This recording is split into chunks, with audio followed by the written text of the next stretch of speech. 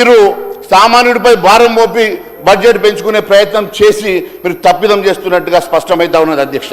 ఈరోజు బడ్జెట్లో ఇది minister of petroleum and natural gas వెబ్సైట్లో ఉన్నటువంటి అంశం చెప్తా ఉన్నాను. బడ్జెట్లో పేజ్ నెంబర్ 30లో మీరు చెప్పినటువంటి అంశాన్ని నేను చెప్తా ఉన్నాను అధ్యక్ష.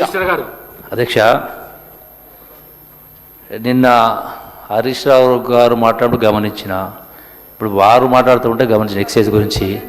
అంటే అందరికీ ఒక ఊతపదం మాదిరిగా వాస్తవం కాకుండా ఏ విధంగా ఈ యొక్క ప్రజాప్రభుత్వాన్ని బదనామం చేయాలని ఉద్దేశం చేసినటువంటి ఈ యొక్క ఆరోపణలు నేను లెక్కలు చెప్తా ఉన్నాను. నిన్న కూడా చెప్పిన మళ్ళీ చెప్తున్నాను అధ్యక్ష.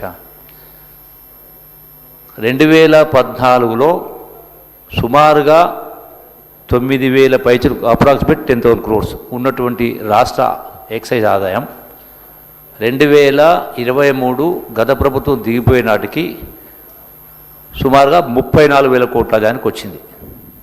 అంటే at the rate of 22% increase and an average 10,000 కోట్లది 35,000 కోట్లు అయిందంటే 240% ఇయర్లీ, అంటే 22% యావరేజ్. మరి 35,000 కోట్ల ఉన్నదాన్ని 22% అంటే it's works out to almost about 1/5. 22 crores-లో 1/5 అంటే ఆల్మోస్ట్ 7,000 crores. సో 35,000 కోట్లు 42,000 కోట్లు కావాలా. మళ్ళీ రెండవ సంవత్సరం ప్రభుత్వ అధికారం వచ్చినాక 25-26 అయిపోయింది కాబట్టి దానిపైన అంటే 42 పైన మళ్ళీ 22% అంటే 8,000 crores అంటే 50,000 కోట్లు కావాలా. ఇప్పటికీ 2 సంవత్సరాలు అయిన తర్వాత కూడా ఎక్సైజ్ ఆదాయము సుమారుగా 37-38,000 కోట్లే ఉంది.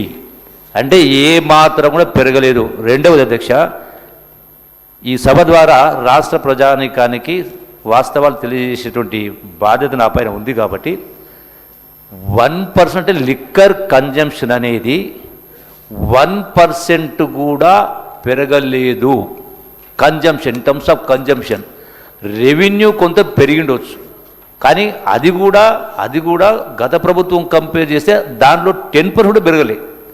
ఎందుకంటే లిక్కర్ అంటే ఈ మధ్య కాలంలో లిక్కర్ ఆక్షన్స్ ద్వారా అయితే షాప్స్ టెండర్ పిలవడం జరిగిందో దాని మూలంగా సుమారుగా 2,800 కోట్ల ఆదాయం వచ్చింది. దాని మూలంగా రెవెన్యూ పెరిగింది, కానీ లిక్కర్ కన్జంప్షన్ అనేది పెరగలేదని స్పష్టంగా మరొకసారి ఇది వేదిక ద్వారా గౌరవ బీజేపీ నాయకుల గారికి నేను విజ్ఞప్తి చేస్తా ఉన్నా. దయచేసి వాస్తవాలు తెలుసుకొని మాట్లాడితే బాగుంటుందని, ఇది సబబు కాదని మనవి చేస్తా ఉన్నా. థ్యాంక్ యూ అధ్యక్ష. మహేశ్వర్ రెడ్డి గారు. అధ్యక్ష, మరి మంత్రి గారు ఎందుకు ఇంటర్వ్యూ అయినారో నాకు తెలియదు. నేను లెక్కలు చెప్పాను, ఆయన పెంచారా పెంచలేదా అంశాన్ని నేను మాట్లాడలేదు.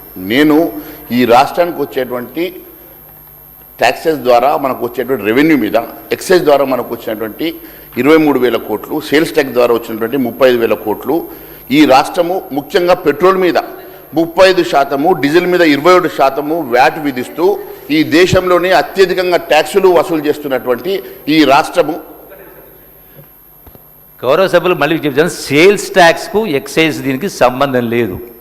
రెండు కాదు, I think you're mistaking. Excise duty plus VAT కలిపి మొత్తం కలిపే 37-38,000 కోట్లు. గత ప్రభుత్వంలో ఉన్నటువంటిది 35,000 అంటే 2-3,000 కోట్ల పెరిగింది. అది కూడా ఆక్షన్ పెట్టిన కారణంగా వచ్చినటువంటి తప్ప లిక్కర్ కన్జంప్షన్ పెరగలేదు అన్న. లిక్కర్ ఆదాయం కూడా అదనంగా ఒక్క 1% ట్యాక్స్ను కూడా గత ప్రభుత్వం పెంచిన ట్యాక్స్ కూడా పెంచలేదు. అదే ట్యాక్స్ ఉంది, కన్జంప్షన్ పెరగలే. ఆక్షన్ పెట్టిన కారణంగా టెండర్స్ పిలిచిన కారణంగా 3,000 కోట్ల రూపాయలు పెరిగింది. మరొకసారి నేను సరి చేస్తా ఉన్నా.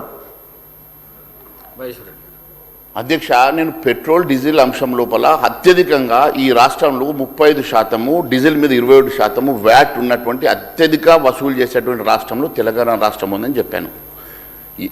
వ్యాట్ ద్వారా ఎంత వస్తుందో, ఎక్సైజ్ ద్వారా ఎంత వస్తుందో చెప్పాను. ఇప్పుడు నేను చెప్పిన దానికన్నా వారు ఎక్కువనే చెప్పారు. వారు 3,000 కోట్లు ఎక్కువనే వస్తుందని చెప్పారు, సంతోషం.